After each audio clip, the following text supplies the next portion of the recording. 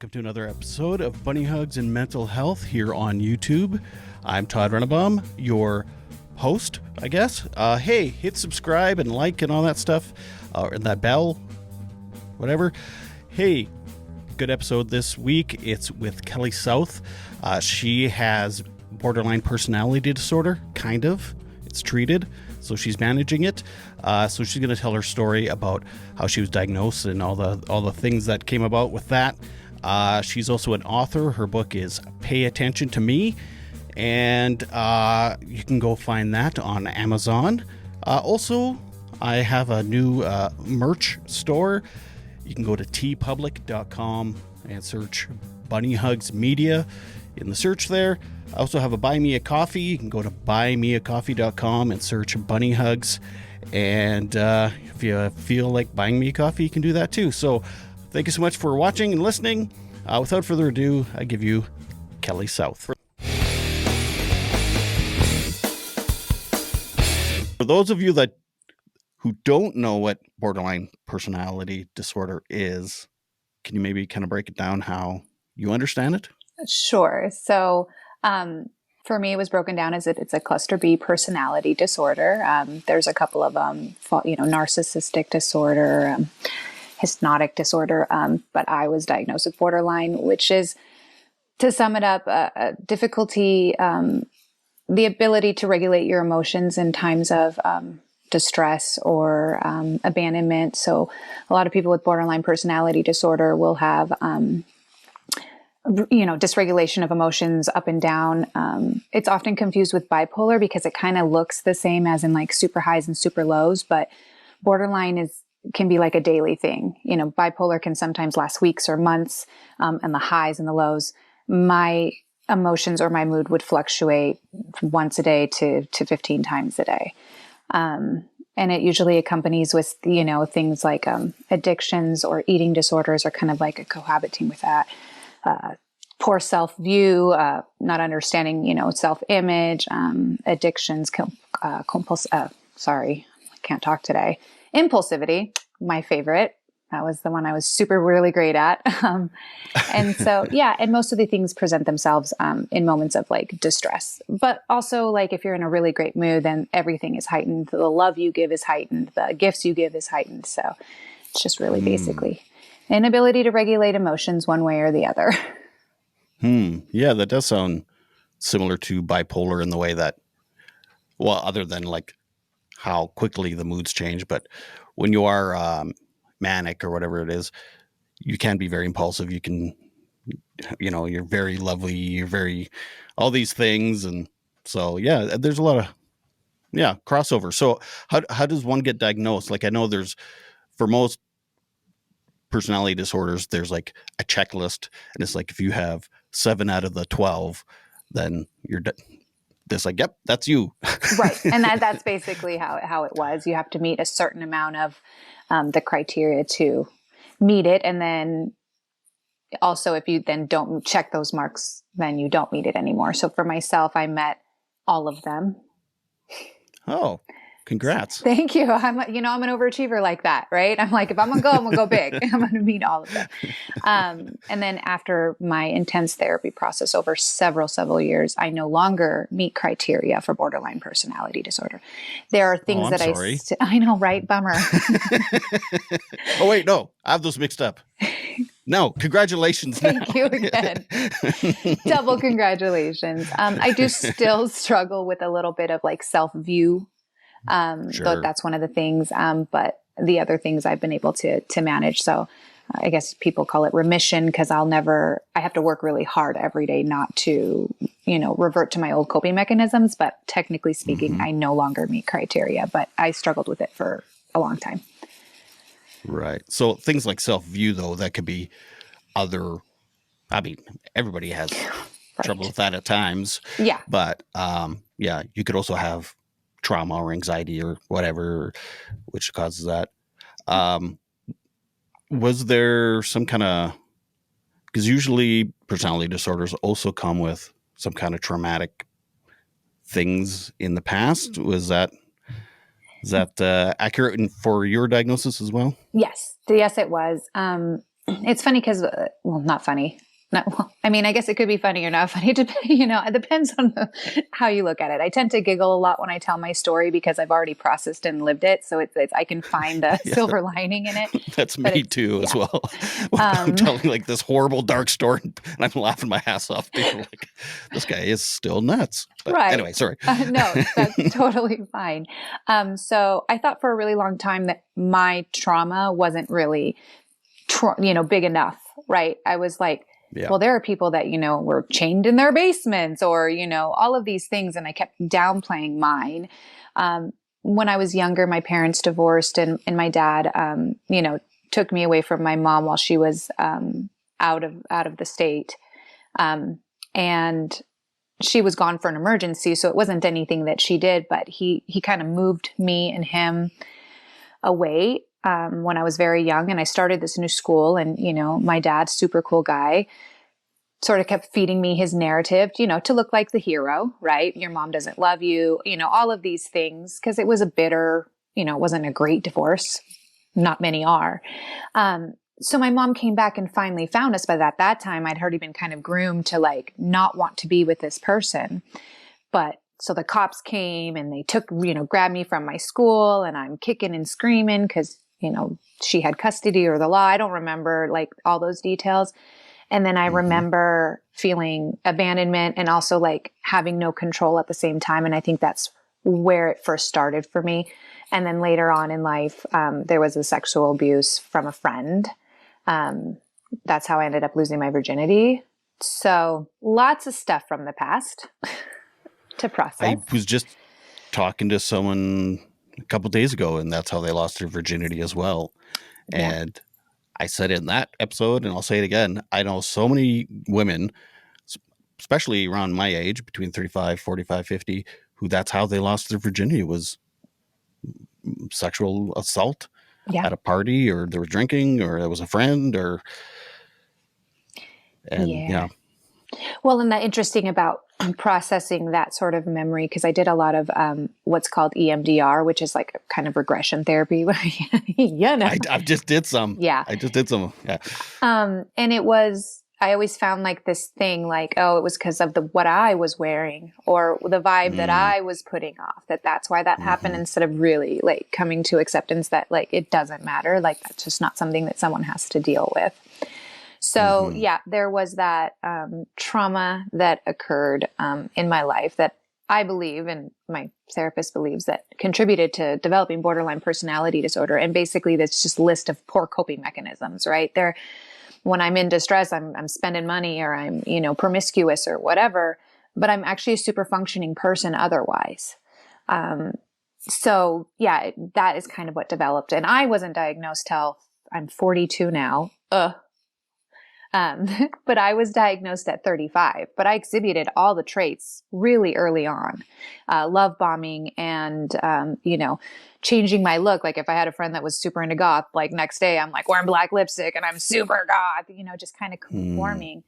But they don't specifically diagnose adolescents with borderline personality disorder. Usually that's not every case, because of hormones and puberty and like, oh, she's just being dramatic because, that's what 14-year-old little girls do. And so they try to wait till you're older, which I wish I would have gotten the help earlier on, because it's a whole hell of a lot easier to break patterns if you've only been using them for 5 years versus 25 years.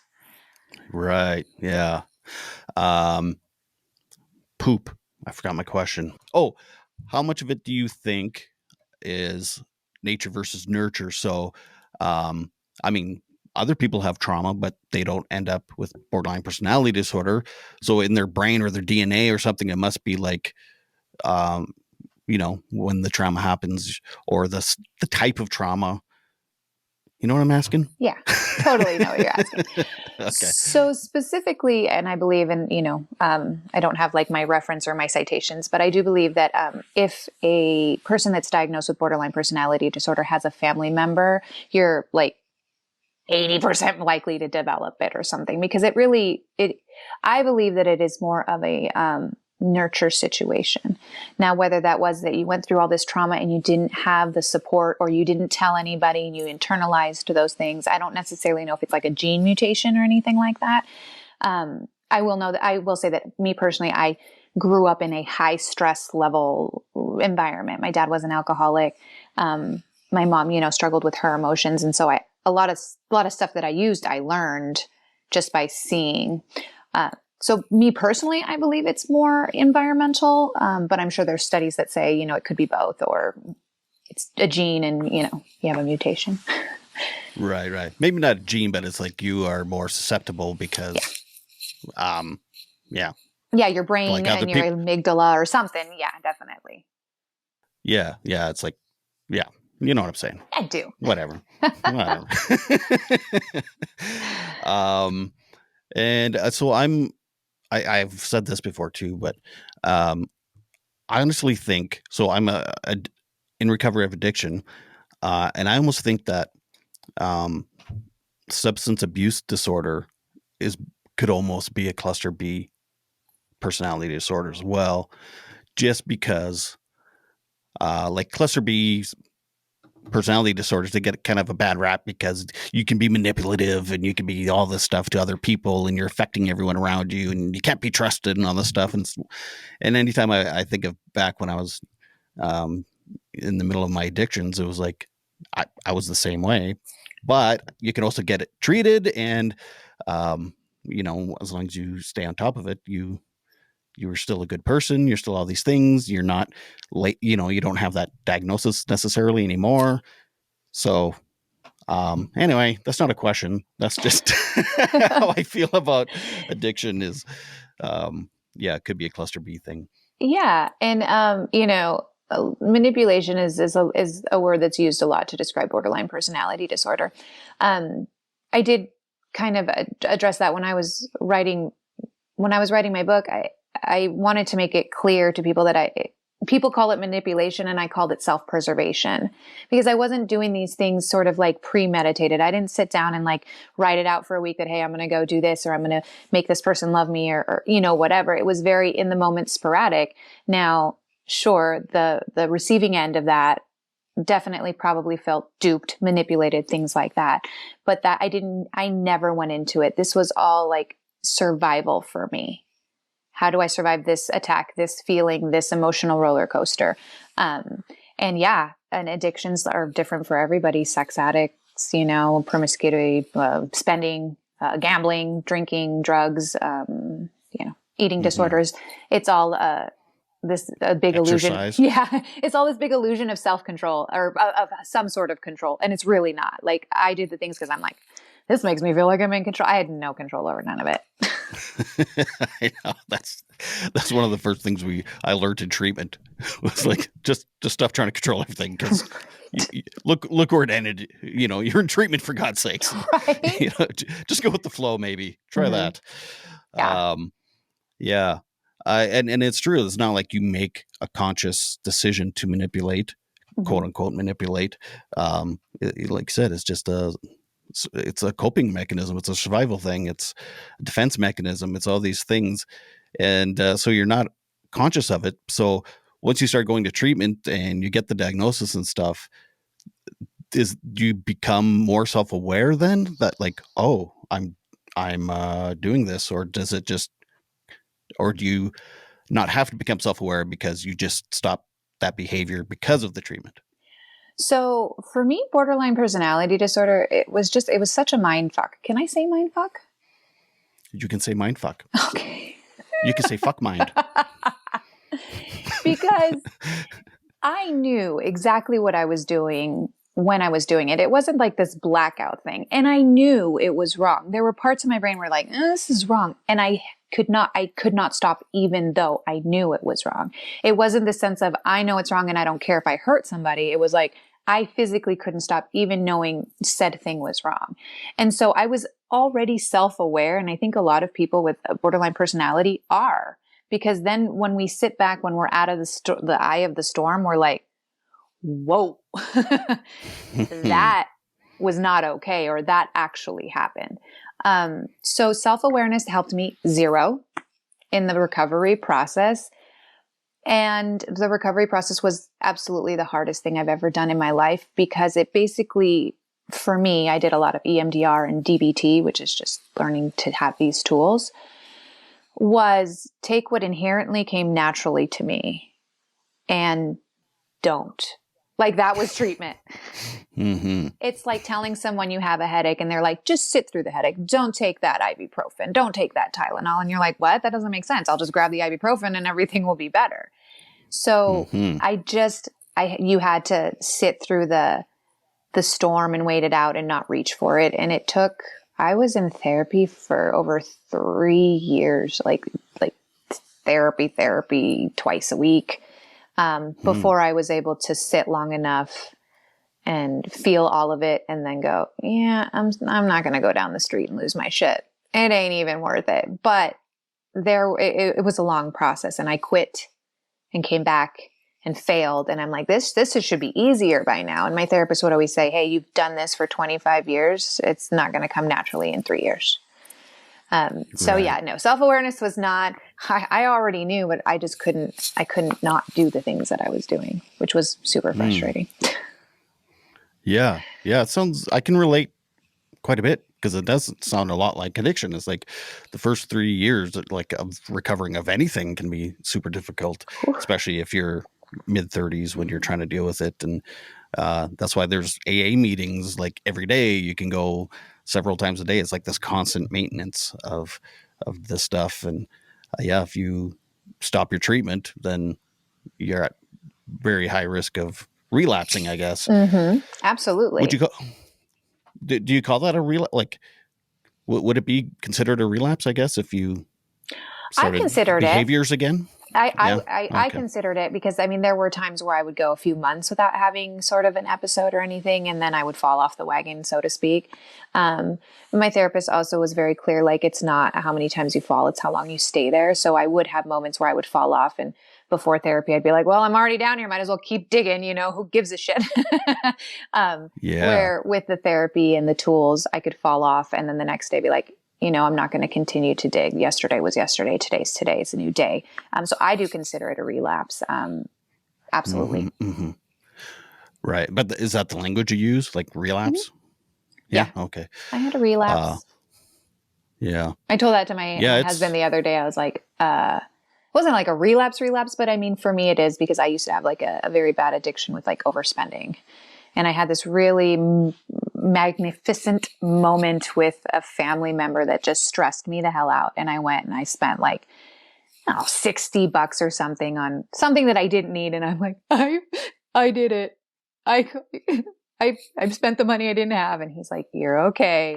So yeah, I said, I had a relapse. I said, I spent money I didn't have. So I use the term relapse. I don't know if people in the industry necessarily do. The industry of BPT or psychologists. Yeah, I know what you mean. This really exclusive group that's not exclusive, because like millions of people struggle with it. Yeah, that group. Yeah, it's funny you're talking about the treatment, and it's like, so anything you used to do, just don't do. And it's like, it reminds me of Seinfeld. I don't know if you watch Seinfeld, but the one where George is like, I'm just going to do the opposite of everything, and he ends up getting a good job and a girlfriend and all that stuff.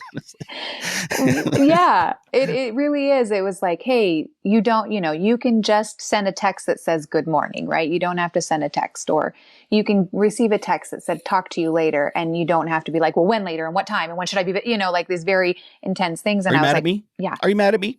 What'd I do? Are you mad? That's so funny, because I was talking to my husband about how back in the day when I was in the middle of borderline personality, we would have an entire argument and he wasn't even home. Right. So here's how that goes. Okay. So I'll call. So it's just in your head? Pretty much. I text him and he's at work, and I've seen him go, like, logically, I know he's at work, and I text him and he doesn't text me back. Now, there are a million reasons. He's in a meeting. He can't pick up his phone. And again, I'm self-aware that like that's possible. But what's really possible is there's the new secretary and she's super hot and she's flirting with him and he's taking her out to lunch. And so I'm having this whole narrative in my head that when he gets home, I'm treating him as if that had occurred. And he's like, yo, I just got home. How did we just have an entire fight? And I wasn't even in the house. And it's because of, that narrative, this self like, oh my gosh, or, oh, he's going to leave me. And, or maybe he's already left me because he's not texting back, and he usually does. And so, it was a lot of stuff was perceived reality versus reality. Now, don't get, like sometimes when reality, that was actually the reality. I've been left before, right? I've been dumped. But even in a stable environment where you feel safe or the other person feels safe, you never feel safe. And there's always this narrative in the back of your head that's like, when is the shoe going to drop? Yeah. Yeah. You're always on guard. So was there an event or what happened that switched everything and got you on your healing journey and figure out maybe it's me? Yeah. This is so weird. It's so weird. Weird's good. No, so I had a moment in my life that it was just, so I had prior to 2017 attempted to end my life 4 times. That is one very common aspect of borderline personality, is suicidal ideation.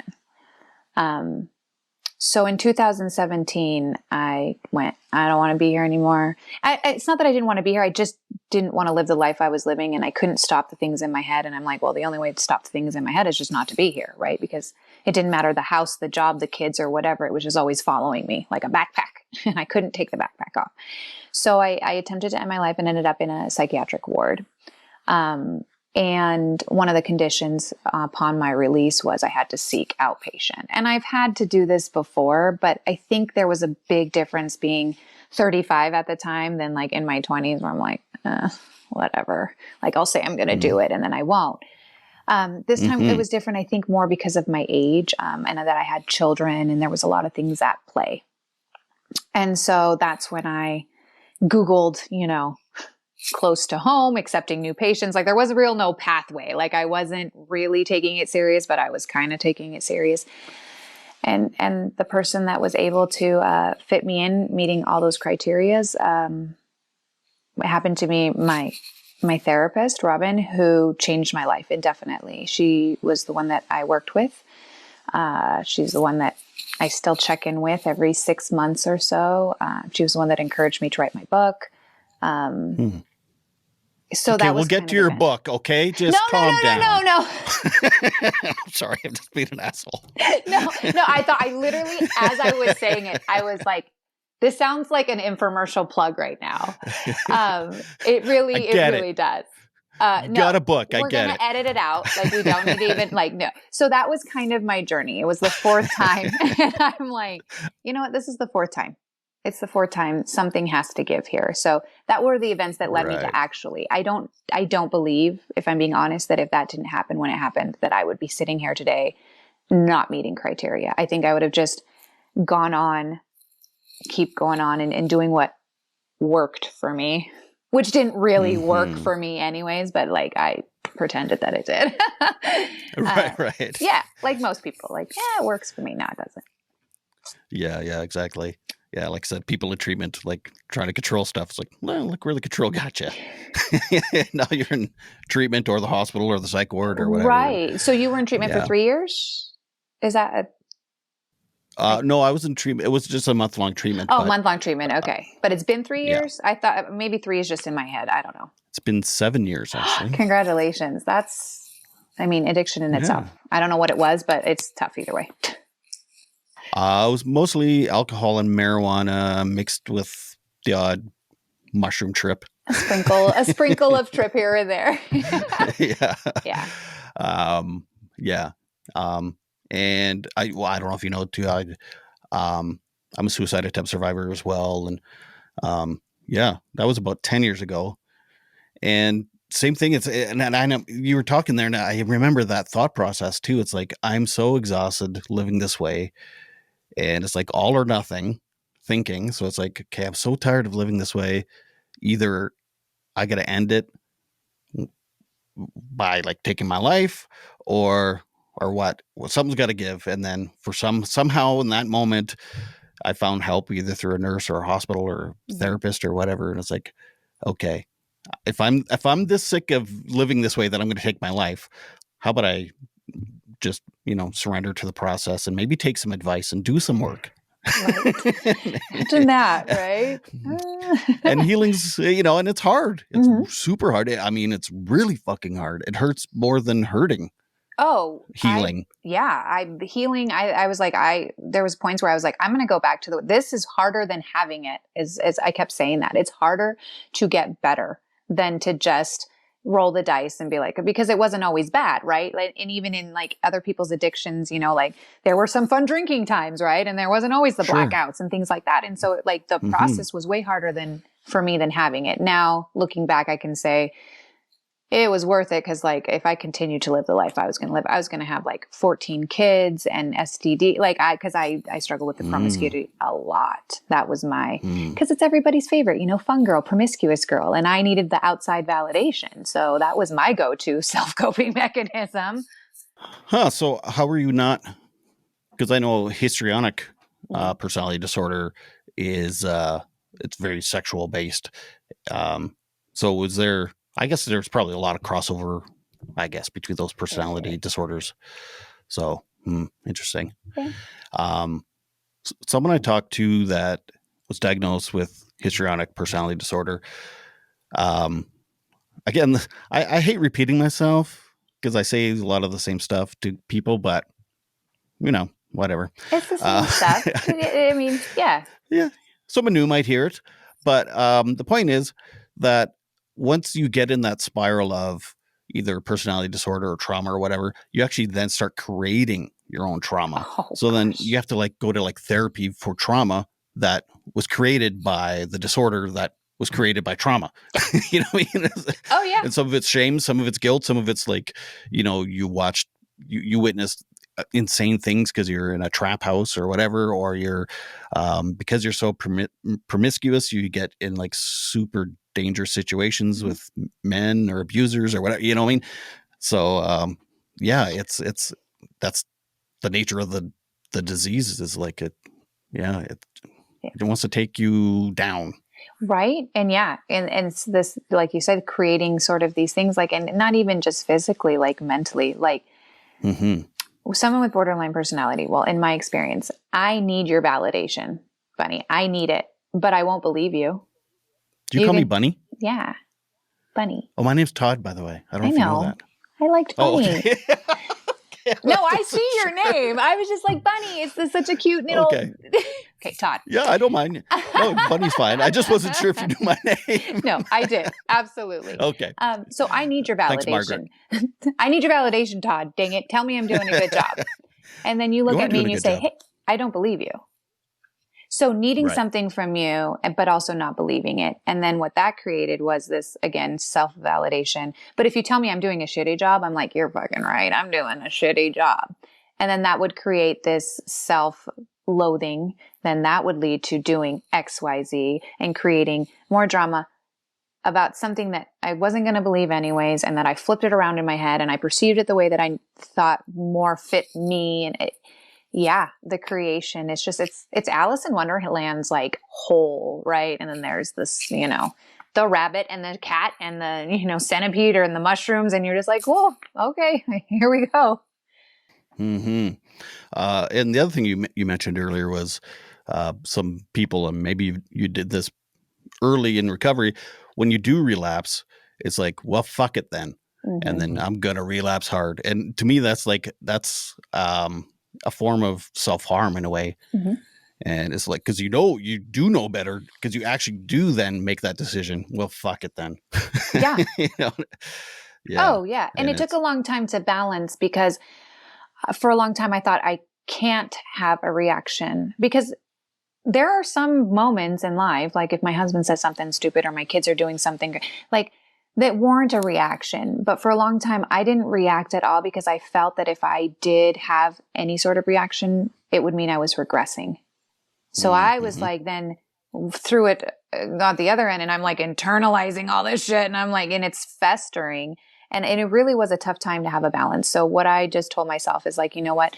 You're allowed to lose your shit, but you have to put a timer of 3 minutes, because my shit, when I lost it, it could be 3-4 hours. Like I could be just around the house berating and losing. So I gave myself a timer. That way I wasn't internalizing everything, but I could still say, you know what the fuck is that? But limiting myself. And that's what I did with my overspending, limiting myself, like I'd leave all my cards at home and only take $10. And it was those kind of little tools that I had to do every single day, that I still do, to be perfectly honest. It's a lifelong disease, or not disease, but mental illness. Lifelong. It will never be easy for me. Yeah. So what are some of the other things you do day to day? Maybe not day to day, but every other day, or something that it's, consistently you have to do. Waiting 15 minutes. Ugh. Oh. That's the worst. On anything, like at a doctor's office or something? No. Just waiting? No. Like if I'm having, because I still get emotional waves of happiness or hurt or sadness. And so I have to wait 15 minutes before doing something. Because normally it was very instant relief, instantaneous relief of what I would do. So before, my therapist would be like, wait 15 minutes before you send that text message. And I would wait 15 minutes and still send that 3-page text message. Like it didn't always work the 15 minutes, but the longer I did it, like after 15 minutes, like during the 15 minutes, I was like about to read you the Bill of Rights. I was practicing, right? The 15 minutes, what the heck I was going to tell you. Right. It gave me more time to like better my insults, right? Better my stuff. Yeah. And then I learned that, waiting 15 minutes, it really just lessened the intensity of what I was feeling. And then towards the end, like I either wouldn't send it at all or it would just be a simple fuck you. Like it wasn't, or waiting 15 minutes. I'm like, do I want to go in the car? And do I want to drive all the way to the mall? That's 20 minutes. And waiting was the hardest, but also the most life-changing for me. Sour Patch Gummies was one of those weird ones. When I would have an anxiety or a panic attack, I would suck on something sour because your brain can only process one fear, I think, at a time. And so then I was like, oh, the explosion in my mouth. And so silly things like that. Not looking for outside validation, not thinking that everybody thinks I'm awesome. When the clerk says, hey, have a good day, that doesn't mean he wants to marry me, right? He's just telling me to have a good day. Because I would take these little things, whether they were kind or trivial or whatever, and I would make them bigger in my head. Like, oh, it never dawned on me like that's his job, customer service. He says thank you and have a good day to everybody. That dude is horny. Right? He just wants it. he's not even, there's no indiscretion. He's just everybody and anybody that walks by him. He's flirting with. Yeah. Huh. So how long ago? So no, 2017 you said. So it's been about 6 to 7 years, and the first 3 years were the hardest. Oh yeah. And you were already with your husband when you started getting treatment? I was. So it's actually, I'm celebrating 15 years today. It's my anniversary. Oh, happy anniversary. Thank you. Yes, I was with him. I had a daughter from a previous relationship. As one does. As one does. And then we met and we got married in 2009. So he has been through it all of it. And has he had to talk to someone, or have you gone as a couple to talk to a professional? Or we went a couple of times together. He didn't. He's very simple. He's brilliant, very concrete personality. Like that's his thing. He's like A plus B is C, and there's no other variables. So we went a couple of times just for him more to understand, because I think what made it really difficult for him is that he thought it was a him thing. Like, I'm not doing enough. I'm not supportive enough. I'm not hot enough because she's out doing all of these other things. And I think once he realized that it was a disorder, that it wasn't personal, that these are just, again, coping mechanisms, he was able to understand that. But in 2017, that was our breaking point. He said, I can love you, but I can't do this either. Like, we're either going to move past what we've been through and we're going to leave it at the door and we're not going to bring it up and we're not going to do any of that shit and you're going to go get better. Or I will support you in your recovery because you are the mother of our children and I need you to be a good mother, but like that's it. Like we're not going to do this. So he was really, really great in the process. And I spent a long time trying to overcompensate to not pay back, but rewrite a wrong. Cause that man, bless his heart. Now he wasn't perfect. He was a little pain in my ass, and there were things that I think that he could have done better. He would hang up. He knew I hate it when he would hang up on me. It would give me like panic. Like if I'm chewing his ass or I'm like having a moment and he would hang up, I would get physically ill and he would still do that. And I understand why. He's like, dude, we've been at this for 3 hours, but I'd be like, I don't care what you do. Put in earplugs, pretend you're listening to me, but just don't hang up on me. Like it sends me to the spiral.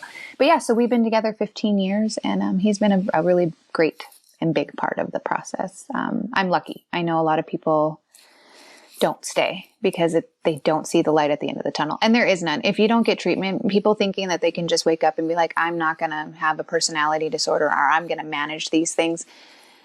No. Nope. I'm going to take psychedelics and I'll be better. I mean, I hear that does work. Like I never tried it because I'm a control freak. Like the idea of not being in control gives me anxiety. Like it wouldn't work. I'd be too busy tripping out and being like, give me the thing that makes this go away. But I do hear some good things. I think about like ketamine or something like that. Oh yeah. I think, there's very good reason to think that psychedelics do work as, treatment and medicine and stuff. But there's also a lot of people that just like take it upon themselves. Like I'm just going to go do some mushrooms and trip out in the forest and I'll be, what I mean? It's like, no, you should still have like therapy and do it, with treatment, you know what I mean? Underneath it, like somebody supervised that's qualified to like, or it's like, my buddy's a shaman. I'm going to go trip balls and I'll be good. It's like, nah, I mean, have a good time. Right. But that's, I don't know. That's not really gonna help. Well, and the funny thing is that I also thought that it wasn't, I kind of knew it was a me thing, but I'm not too sensitive. People are just not sensitive enough. I'm not dramatic. People just don't care as much as I do. So I was waiting for like everybody around me to change, right? That was the problem. If you would just be more intense, this would be fine. And it took me a long time to realize that not everybody processes pain or happiness the way that my brain does. And so I was never going to find that person. I mean, I'm sure I could have gone to like a group meeting and been like, anyone in here with PPD, like that wants to have a relationship? Let's try this. But I really did feel like it was other things and other people. And then I realized that like when I was able to control it, there were still some people that aggravated or exasperated my emotions. But then I had the choice of being around that person or not versus anybody. Right. Right. But at that point in your treatment, you're well enough to recognize it and set boundaries with people or situations. And yeah. Which was also hard because I don't like boundary. Like I have no boundaries, right? Yeah. Like if I were there where you are, I would be like, hi, and I'd give you this big hug, and maybe like you have a wife and she's like, who the heck is this girl? Like I was just I was over the top all the time and not in a negative way all the time, but it made people uncomfortable. I did not have a lot of female friends because of my personality. They always thought I was picking up on their boyfriends. Sometimes I was, not gonna lie, but most of the time I'm just a friendly person. And so, a lot of girls were like, you're like trying to steal my man. I'm like, no, I'm really not. And so I had a lot of guy friends. And then when you have a friend of a different sex, it's a lot easier to, cross the boundaries. So at some point in your treatment, you thought, I should make this a book. No, I didn't write a book. Yes, you did. We're not talking about it. I'm just kidding. A magazine? No. Actually, it's actually quite short. It's only 100 pages, so I guess it could be considered a magazine. That's a pretty big magazine. Well, it's funny there's no because ads in it. Yeah, there's no ads. Well, I mean, no, but yeah, it's a short book, and it was after I completed therapy that I went back, and part of my therapy process was to journal. I don't know if you've ever like just journaled your thoughts emotions, feelings? No, not a journaling type. I mean, I've I've been told to, and it's like I'll do it for like a day or two, and then I just forget. Hey, that works. But that was part of my sort of homework, is that I was supposed to journaling what I was feeling at the time, my things that were going on through my head, the things that I were doing. And so after therapy, I went back and I had hundreds and hundreds of these journal entries. And a lot of them were repetitive because honestly, it was the same shit, different day, right? It was just this cycle. But I was looking at them and I was like, wow, these are pretty honest. And I know that if I'm going through something like this, probably somebody else is going through something like this too. But I didn't want it just to be a journal. I was like, who wants just to be a journal? So then I thought, what about my patient's notes alongside my journals of the same session? Disclaimer, not actual patient's notes. That's a huge violation of HIPAA. But I did get access to them and was able to take from them, but I didn't like just copy and paste them. I see. Yeah. And I also wanted it to sort of be a story and a tool, because in the patient's notes, it does state what I worked on: waiting 15 minutes, doing the gummies, having friend zones where like you put people, not everyone's your best friend, right? You have friends that you'll do something for, and you'll have friends that you'll talk to once every 6 months. So I thought it would be really great to have both a story and tools that people with borderline personality could relate to, and also maybe try. Because I mean, obviously, healthcare and mental health care is really hard. So sometimes people don't have the options to go to therapy. So they have to get the book, they have to get the workbook, they have to, do their own research, unfortunately, which is terrible because Google is like infinite of knowledge, but not always the right knowledge and things like that. So yeah, it wasn't until after where I was able to take a step back and look at what I'd been through that I decided, why not? No harm, no foul, and hopes. And I've received beautiful feedback. Mostly, and the part that was most important to me was how relatable it was. Like people would say, I thought I was the only one that had these, foul thoughts and did these foul things. And, so it's been a really interesting journey for sure. So there's way more foul people out there than you thought. You're like, oh, thank God. I know, right? Literally, I was like, there was this part, because I do talk about also, when you are somebody that is promiscuous, there's always things that can occur. And so there's a lot of people have reached out and been like, oh, I felt very ashamed because I did that and I had to have an abortion or something like that. Right. I think I called my situation like in the book, a glue baby. Like that's how I referred it to. I'm like, I'm either going to keep the glue baby or I'm, and people are like, whoa. And it's like, that's how I thought about it at the time. Like, it wasn't this thing for me. It was the result of something that I knew I shouldn't have been doing, but like, what do I do with this? So I swear a lot. There's humor in it. It's sad, but funny. I'm sassy, I'm all the things that I wanted it to be. It is basically paper pen. There's no editing to it. There's no, like publisher saying, oh, you can't say glue baby. What? That's not okay. Yeah. So it was very therapeutic for me. Cool. So it's very, very candid, very vulnerable, very raw. It's like, that's exactly what you were thinking at that time. So why sugarcoat it or edit it or whatever?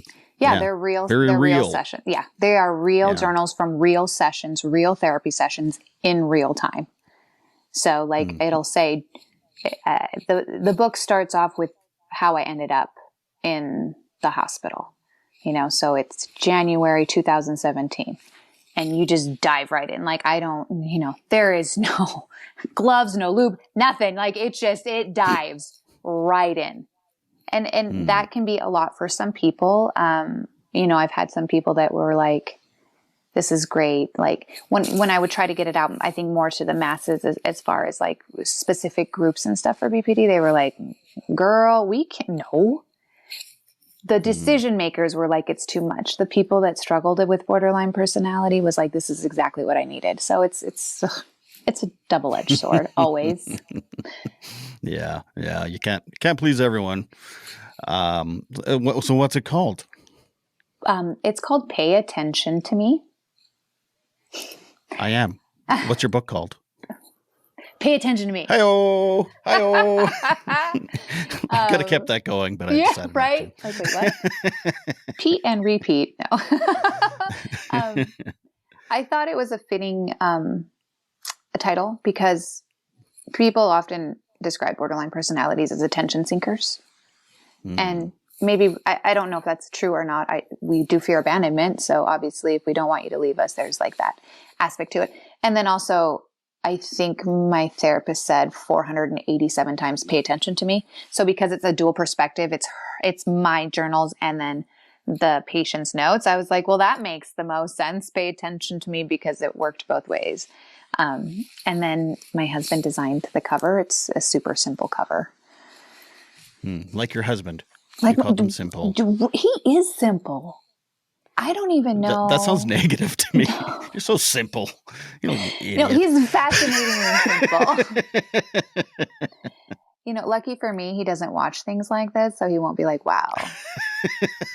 Thanks, babe. I'm complex, you right? son of No, he really, really isn't. Because I wanted it to be. I wanted it to be super. I'm like, it needs to come out of a brick wall, and I'm punching through the wall because I'm under. And he's like, Kool-Aid man. He's like, no. So it really is a simple cover. It's just a bunch of words that people tend to describe borderline personality on there. And then just the title, Pay Attention to Me. Simple, easy, 100 pages. And it's funny because I wrote it in the way that I thought someone struggling with, borderline or even ADD, because like there are co-mental health issues that often are seen.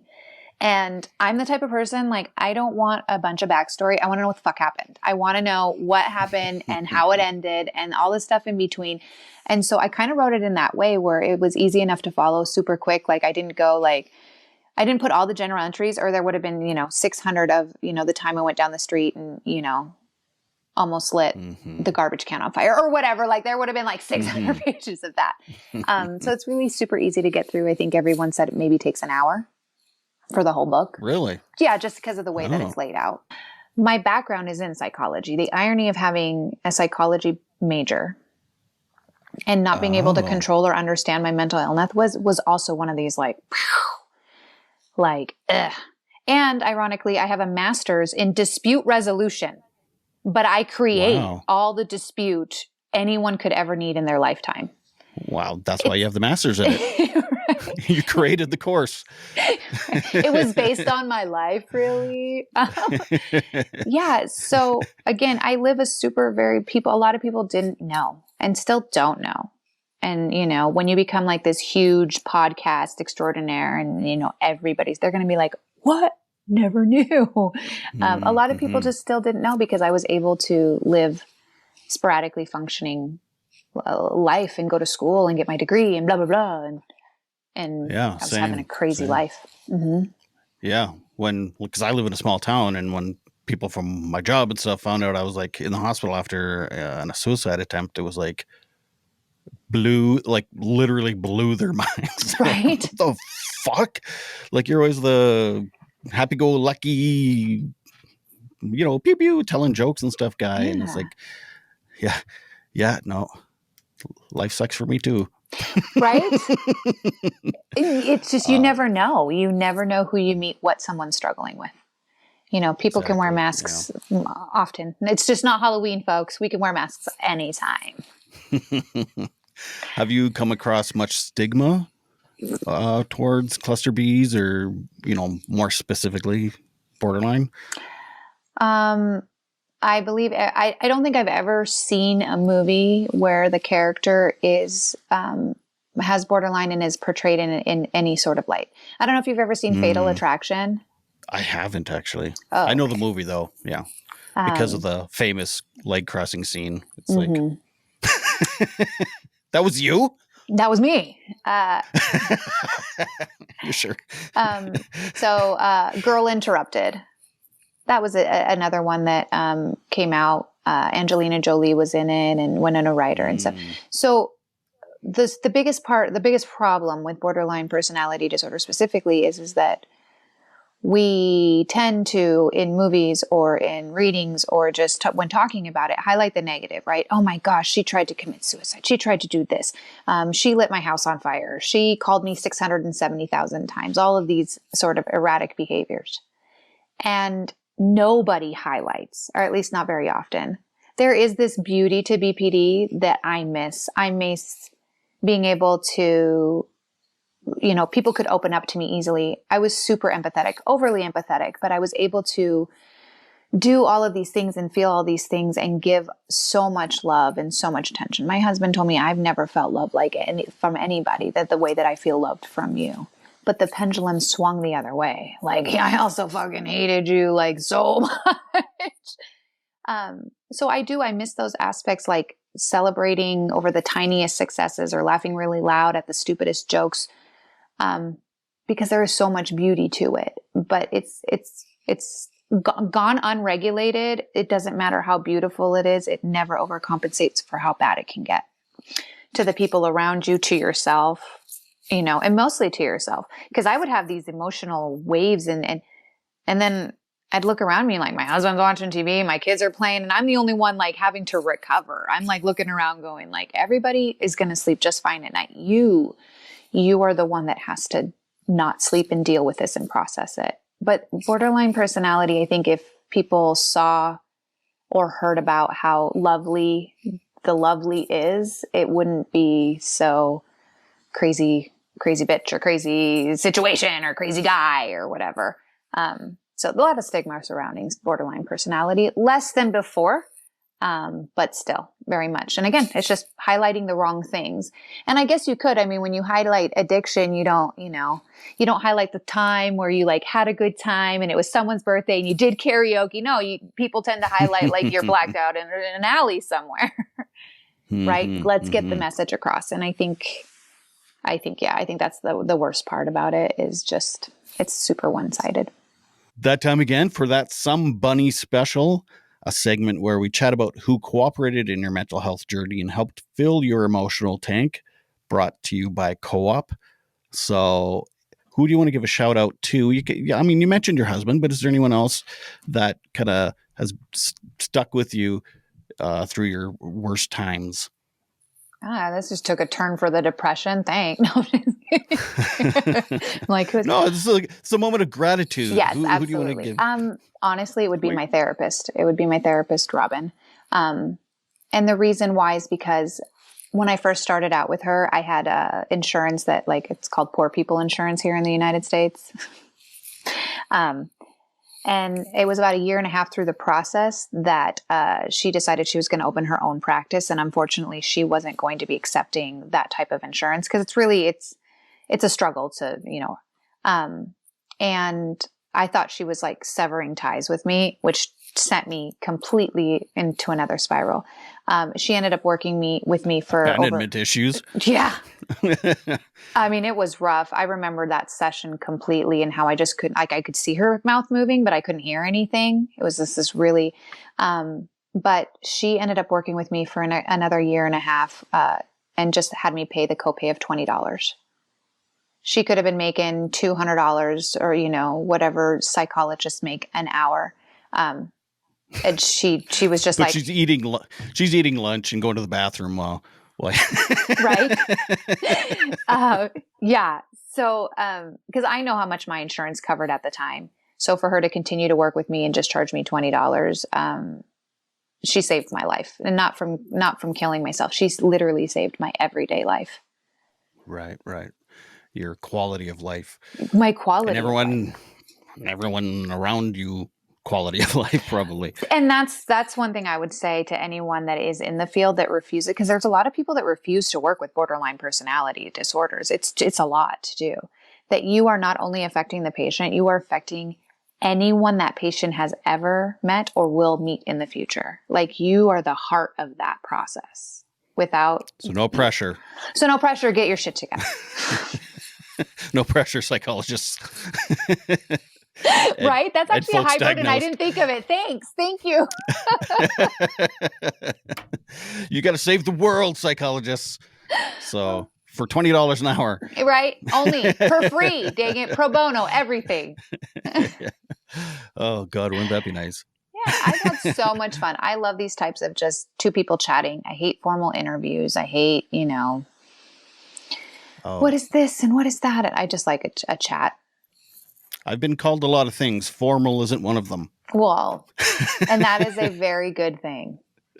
It makes it, to me, it humanizes the process, right? We're sitting here, we're talking about real issues with a couple of, F-bombs and laughing about it, and it humanizes it.